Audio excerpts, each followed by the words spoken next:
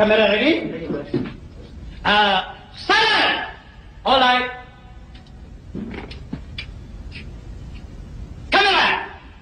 Running! 101, plot 3, take 2. Action! Keluar! Keluar kau dari sini! Perempuan yang tak kenal diuntung! Keluar kau dari sini! Ampunkanlah Adinda, wahai Kanda. Adinda berjanji, Adinda tidak akan membuat kesalahan ini lagi. Ampun? Aku tidak akan ampunkan dosamu dari dunia sampai akhirat. Keluar kau dari sini! Keluar! Wah, betul punya marah kawan tu ya. Apa tak boleh cakap ke?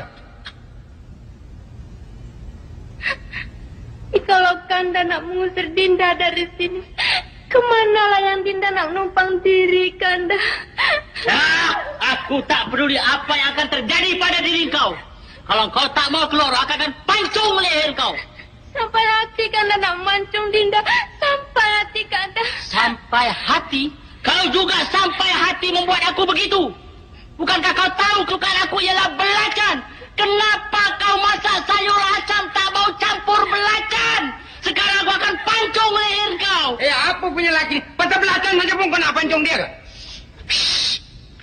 Apa su? Engkau sememang manusia luar jana. Sanggup kau menggunakan kekerasan terhadap wanita. Baik kau minta maaf kepada dia. Minta maaf? Engkau tak minta maaf, lebam biji mata kau. Ini apa ni? Gila ke? Sanggup kau mengatakan aku gila?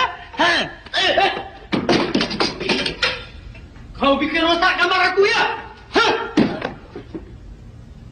Oh, kau main kasar ya?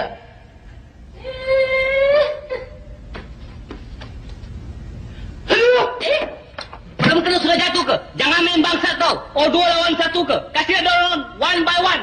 Oh, awak fikir awak punya lubang hidung besar saya takut ke? Ya, apa dah kau? Kau ni bikin sibuk je kan orang berlakon filem. Berlakon filem pun berlakon lah. Apa pula nak pasal belacan ni sampai dia orang nak memancung-mancung? Dah cerita dia macam tu apa nak buat? Cerita dia macam itu Ramli. Bikinlah cerita lain. Cerita emas ke? Cerita ayam ke? Cerita ikan belaga ke? Cerita kumbang terbang ke? Tak boleh?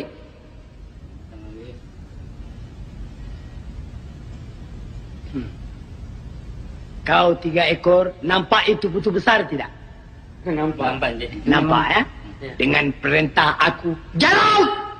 Get out! Nanti dulu Tuan Direktur. Jangan marah Tuan Direktur. Ini 3 orang dia tak tahu tentang hal syuting Tuan Direktur. Tapi ini ada surat daripada manajer Kemat Hassan beri. Oh, ini 3 ekor mau screen test ya? Ya, itulah kita datang. Ya. Haji? Tuan? Bikin dialog, kasih ini 3 ekor. Baik, Tuan. Makcik? Ya. Bawa ini 3 ekor pergi make up. Baik, Tuan.